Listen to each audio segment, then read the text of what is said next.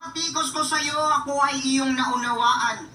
Sinoutout mo pa ako sa TV kaya nadagdagan ang aking kasikatan.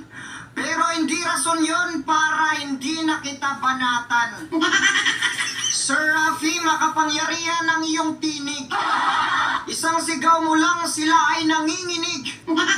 Lahat ng abusado tumitino kapag buses mo ang naririnig. Sir Rafi, ikaw ay kagalang-galang. Ibig ko sanang magsumbong pero wag na lang. Kasi alam ko hindi mo ako tutulungan. Simula nung naging politiko ka, ikaw ay nagbulag-bulagan. Mas importante sa'yo ang politika kaysa sa bayan. Pinaramdam mo sa amin na ikaw ay kaibigan. Kung kailan ka namin naibigan, saka mo naman kami iniwan. Pinaramdam mo sa amin ang iyong alaga. Kung kailan kami umasa, saka ka naman nagiba. Pinaramdam mo sa amin na ikaw ay kakampi. Kung kailan kami inapi, saka ka naman naging pipi. Pinaramdam mo sa amin ang kapangyarihan ng iyong bunganga. Kung kailan kami humanga, saka ka naman nakatunganga. Kinuha mo sa amin ang tiwala. Kung kailan kami naniwala, saka ka naman nawala. Alam mo, wala itong kasiguraduhan, pero magsasalita pa rin ako baka sakaling ako ay iyong pakinggan. Hindi magbabiral to, kaya alam ko hindi mo mapapansin ito, Sir Rafi Tulfo, ano ba yan? Pero magsasalita pa rin ako kasi ayaw ko na inaapi ang mahihirap nating kababayan. Alam mo, sir, meron akong isang kaibigan. Biktima siya ng isang mayaman na sobra ang kayabangan. Ang buo ng aking kaibigan na uulingin na sana para panganda sa Pasko. Pero nasayang lang kasi binuldos ng may-ari ng lupang ito. At dahil siya ay naargabyado, gumawa siya ng video. At dahil nag-viral, napanood ng may-ari ang video patungkol dito. Alam niyo ba kung ano ang ginagawa nito? Siya na nga ang may kasalanan, siya pa ang nagreklamo. Kaya ang nangyari, nagharap sa barangay ang vlogger at ang abusado. At ang yabang magsalita, sabi niya, kung gaganyanin niyo lang ako, sayang naman ang aking pagiging edukado.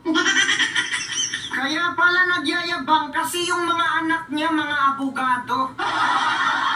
Sabi niya, alam ko may mga grupo kayo ng mga vlogger, kaya videohan nyo ang mga sinasabi ko. Hinahamon niya ang mga vlogger, pero kapag napahiya siya, biglang magreklamo. Sabi niya sa vlogger, cybercrime yung ginagawa mo. Paano nagiging cybercrime? Hindi naman siya naninira, kundi nagsabi lang ng totoo. Nagrereklamo siya kasi napahiya nga daw siya sa social media. Ayaw mo pala mapahiya, kaya dapat hindi ka gumagawa ng mali, di ba? Ang ginawa ng vlogger ay pasok sa freedom of expression. At dahil hindi nakapasa ang kanyang akusasyon, aba, tinakot ba naman ang vlogger ngayon? Sabi niya sa vlogger, nag-file na kami, siguradong ikaw ay makukulong. Wow, ang yabang mo magsalita, daig mo pa ang judge, ha? Yung judge kapag hindi napatunayan, hindi makukulong, ha? Pero ikaw, salita pa lang, parang nakulong na. Huwag kayong magyabang kasi naniniwala ako na pantay-pantay tayo sa hostisya. Magagawa nyo lang yan kapag nagpapabayad ang judge sa ating probinsya. Pero kapag nangyari yan, hindi kami papayag na mawawalan kami ng independensya. Kung mabayaran man ang judge ng Masbate, huwag kayong magkampante. Huwag ninyong ipagmayabang kung marami kayong attorney. Kasi madali lang tumawag sa staff ng Senado kapag importante. Sabi nung mayabang, patong-patong daw ang kanyang isasampa na kaso. Pinagbintangan niya pa ang vlogger na magnanakaw daw ito. Ibuong barangay ang vlogger nung nawala ang kanyang tubo. Huli ka sa sariling bunganga mo. Kanina pinagyayabang mo na ikaw ay edukado. Eh ngayon hindi mo maalam na paninirang puri ang ginagawa mo.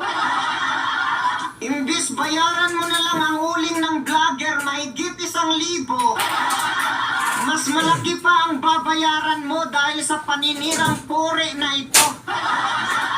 Sana lang huwag kang matulpo. Dahil baka yung mga vlogger na hinahamon mo, sisikat pa ito. Suot ang birding ito, mabuhay ang bakal na kamao. Matapang pero gumagamit din ang puso. Hindi katulad ng iba dyan nakakatakot maging pangulo. Ika-15 banat para kay Sir Rafi Tulfo. Tandaan mo kapag presidente ka na, wala nang makakalapit sa'yo. Pwede kang baliktarin ang sarili mong tao. Paano kapag napagbintangan ng mga mahihirap na katulad ko? Tapos wala kaming kakayahan na lumapit at makipag-usap sa'yo. At dahil ikaw ay matapang, bugbog kami sarado. Noong una si BBM, hindi namin naamoy kung sino ang nasa likod nito.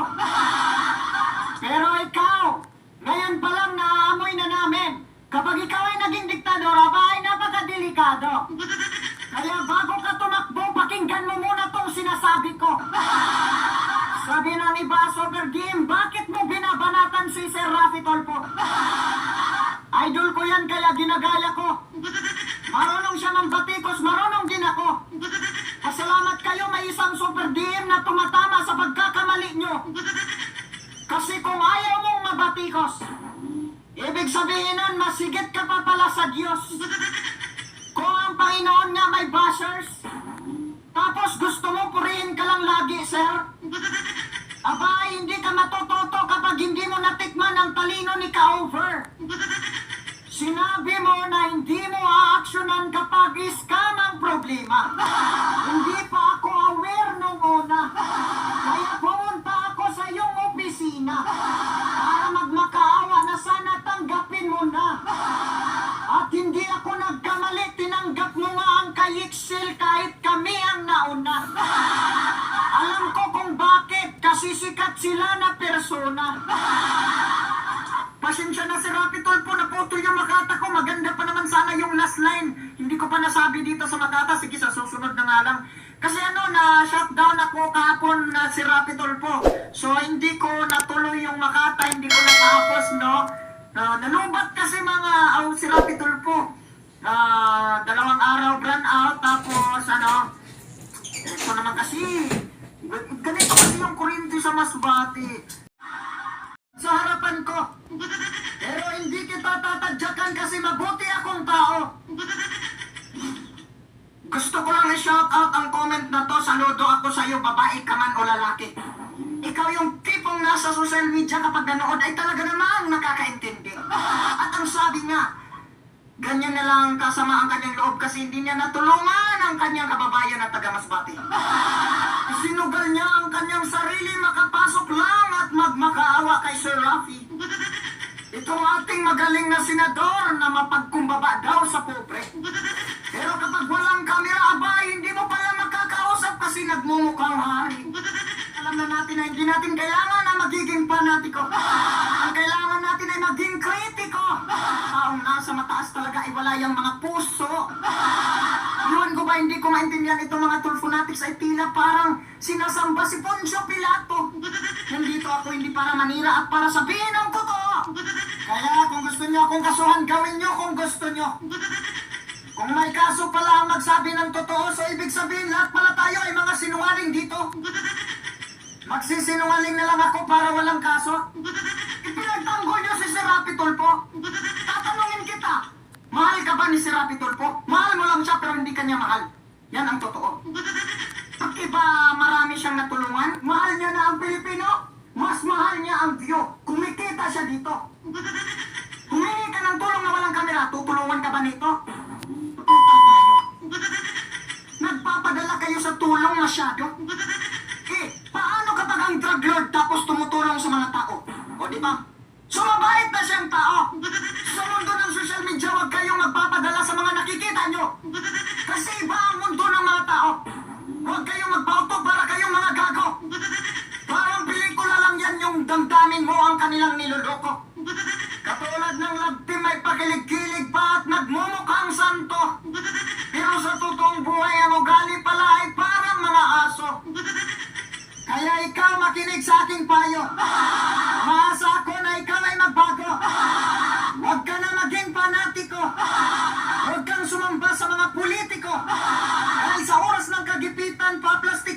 ng mga to. Kung gusto mong umasinso, huwag mo silang hangaan kundi tapatan mo ang kanilang talino. Isa lang ang aking iniidolo. Hindi mo siya nakikita pero alam kong kilala mo.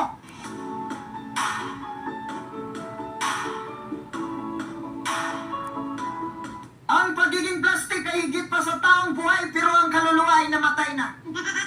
Hindi lamang sa mga politiko kundi pati sa kaibigan nyo. Tingnan nyo baka plastic yan. Madali lang naman malaman. Sunugin mo siya. At pagkatapos mong subukan kapag natunaw ang pagmamahal niya, ibig sabihin plastic talaga yan. Dahil ang tunay na kaibigan, hindi lamang mabait sa'yo dahil may pakinabang ka. Kundi mabait sa lahat ng bagay, siya ang tunay na kagapay. Kaya Sir Rafi Tulfo, huwag mong saktan ang mga kritiko. Dahil sila ang gumigising sa'yo. Ikaw, nagising ka na ba sa sinasabi ko? Ngayon mo maramdaman na may mas matigas pa pala sa bato. Kaya huwag masyadong magmataas kasi yan ang hindi ko gusto. Tandaan mo, Sir Rafi Tulfo, darating ang araw, ikaw naman ang luluhod sa harapan ko. Pero hindi kita tatadyakan kasi mabuti akong tao. Sir Rafi Tulfo, di ba ikaw ang pinakamatalino? Kung ganun, suportahan mo ang panukala ni Supremo para may patupad na itong federalismo. Huwag tayo puro asa sa Pangulo kasi hindi natin alam kung nasaan ang budget ng mga Pilipino. Kailangan baguhin ang sistema para malaman natin na may budget ang mga lokal na gobyerno. Para makapagpagawa sila ng ospital para sa mga walang pera na tao. Kasi ayaw ko na makarinig ng balita na namatay na lang ang pasyente pero hindi inaasikaso. Kasi wala daw pang down payment